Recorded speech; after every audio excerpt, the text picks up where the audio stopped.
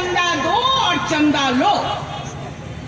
आने वाले चुनाव में कांग्रेस শঙ্কর প্রসাদ দত্ত মহোদয় ধারা আছে, কিন্তু কংগ্রেস এবং কমিউনিস্টরা একসাথে তেরঙ্গা জয়ী হবার পর কাশ্মীর বিপন্ন হয়নি। প্রথমবার জয়ী হত্যা ধারা আছে, কিন্তু তারপরও ভারতবর্ষ হচ্ছে তাদের কাছে সবচাইতে আগে ছিল বড় প্রশ্ন। ঠিক একইভাবে আজকে যখন স্বাধীনতার আগে এক সময় গেছে,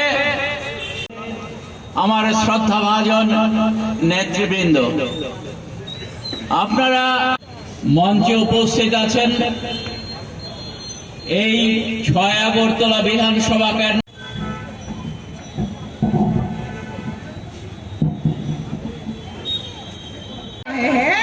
आप उनको चुनेंगे या फिर महज उस आदमी को चुनेंगे जो सर में वो प्रदेश में वापस आते हैं, सीएम बनते हैं और महज বর্ষের মধ্যে বিদ্বেষের বিষকে আরো বেশি উক্ত করার জন্যই তারা গঠন করতে পারেন, তাহলে ভারতবর্ষের অস্তিত্ব বিপন্ন হবে। আর এটা যখন ভারতবর্ষের মত আলাদা, চিন্তা আলাদা, ভাবনা আছে, কিন্তু তারপরও ভারতবর্ষকে উনি এমপি, আমরা খুশি। উনি মন্ত্রিত্ব পেয়েছেন ত্রিপুরা থেকে। আমরা এই প্রথম কোন মন্ত্রী হলেন, এর আগে হয়েছে বহিরাগতরা। আমরা কিন্তু গর্ববোধ করি প্রতিভা দেবীকে নিয়ে। আমি জিজ্ঞেস করতে চাই, প্রতিভা দেবীর দুষ্টা কোন জায়গায়? প্রতিমা দেবী তো একটা তো আমাকে বলতেই হবে, তারিফ করতেই হবে। প্রতিমা দেবী তো কর্মীদের পাশে থাকতে ভালোবাসে। কর্মীরা বিপদে আপদে পড়লে প্রতিমা দেবী তো কর্মীদের জন্য ছাপাতেন। এটাই কি না দোষ? এটাই কি না দোষ? কেন তাকে বাদ দেওয়া হলো বলুন? বাদ দিয়েছ কাকে এনেছে? যে 4 বছর আগে, আমরা তো বলতে পারবো না, কিন্তু আমরা জানি কারণটা কি। আর এই কারণটা নির্বাচনের 3 দিন আগে আমি বলবো। যখন দেখবেন এই নির্বাচনের প্রচারে একজন নেই প্রচারে, কেন নেই সেদিন ঠিক 3 দিন আগে তার ব্যাখ্যাটা আপনাদের সামনে তুলে ধরবো। প্রচারে একজন আসবেন না, ও হয়ে প্রচার করবেন না, ভোট চাইবেন না।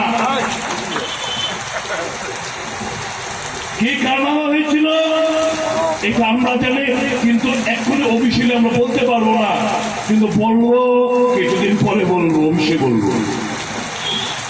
কেন তাকে ড্রপ দেওয়া হলো ত্রিপুরাবাসী জানে না। আবার কেনই বা এখন লোকসভার জন্য আবার ওই যে ত্রিপুরা থেকে লুটে ফুটে নিয়ে যাওয়ার যে পাকাপোক্ত বন্দোবস্ত করেছিল, তাকে আবার পুনরায় এখানে পাঠানো হলো। কেন? কি উদ্দেশ্যে? প্রতিমাকে ড্রপ করলো, মহিলা ড্রপ, মহিলারা খেপে যায়, একে ভরপাই করো, ওয়া পে মহিলা দেনা হয়। কেন? তিস্তার মধ্যে ওখানে কোনো মহিলা ছিল না,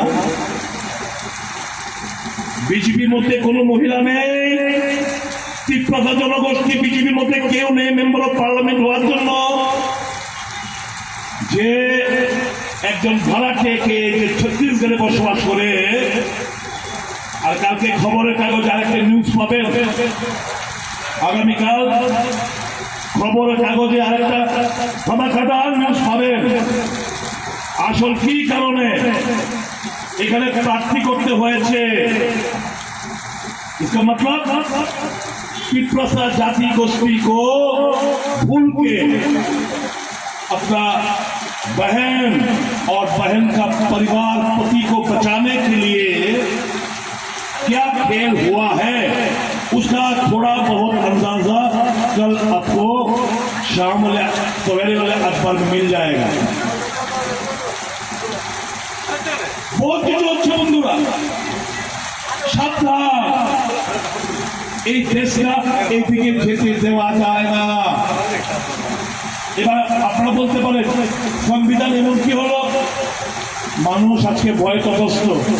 দোকানদাররা এখানে শুনলাম এই যে বারান্দাগুলো ভেঙে দিয়েছে, এখানে জিবি বাজারে কিছুদিন আগে এখানে ভেঙে চুরমার দুর্গা শুনছিলেন কিছু আলোচনা একটু আগে।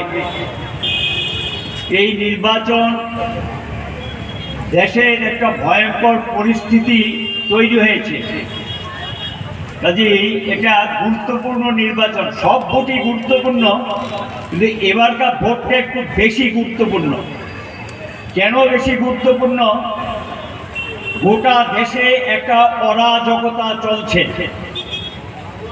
আইনের শাসন বলতে কিচ্ছু নেই, সমস্ত কিছুকে ধ্বংসের কিনারায় নিয়ে গেছেন এবং দেশটা বাঁচবে কিনা, দেশটা রক্ষা পাবে কিনা এই প্রশ্ন দেশবাসীর সামনে এসেছে।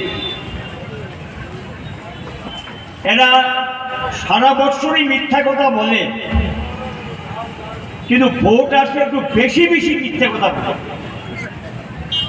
অসংখ্য প্রতিশ্রুতি, প্রলোভন, এগুলো দেখিয়ে মানুষকে আবারও প্রলুব্ধ করার চেষ্টা করছে। বিজেপির যারা ভোট চায়, কিসের ভিত্তিতে ভোট চান আপনারা? আপনাদের রাজত্বে গত 10 বৎসরে মোদী সাহেব ক্ষমতা আসার পর 2014 থেকে এই 2024 পর্যন্ত 10 বৎসরে বেকার সমস্যার তীব্রতা কোথায় নিয়ে গেছেন? পৃথিবীর মধ্যে অন্যতম একটা দরিদ্র দেশ হিসেবে ভারতবর্ষকে তৈরি করেছেন। এই হালে চলতে থাকলে একটা ভিখারি দেশে আপনি পরিণত করেছেন, আপনার সরকার একটা ভিখারি দেশে পরিণত করেছেন। কেন এমনটা হবে? যদি বুঝতাম আমাদের দেশে সহায় সম্পদ নেই, মানুষ পরিশ্রম করতে জানে না, মেধা সম্পন্ন নাগরিক নেই, মাটির নিচে তেল, গ্যাস, লোহা, স্বর্ণ, কয়লা বা কৃষি সম্পদ, কাঁচা মাল এগুলো নেই, তাই বুঝতাম আমাদের দেশটা গরিব বা দরিদ্র। পৃথিবীর মধ্যে একটা অন্যতম শ্রেষ্ঠ দেশ ভারতবর্ষ, যার মাটির নিচে আছে অপরন্ত সম্পদ, মাটির উপরে আছে মেধা সম্পন্ন মানুষ। এ দুটোকে যুক্ত করে যদি দেশের সিদ্ধান্ত ঠিক মতো নেওয়া হতো এবং সরকার যদি কর্মসূচি গ্রহণ করতেন, আমাদের দেশে বেকার থাকার কথা না, আমাদের দেশে দারিদ্রতা থাকার কথা না, আমরা অনেক অনেক বেশি উন্নত একটা দেশে ভারতবর্ষকে পরিণত করতে পারতাম। কি করে হবে?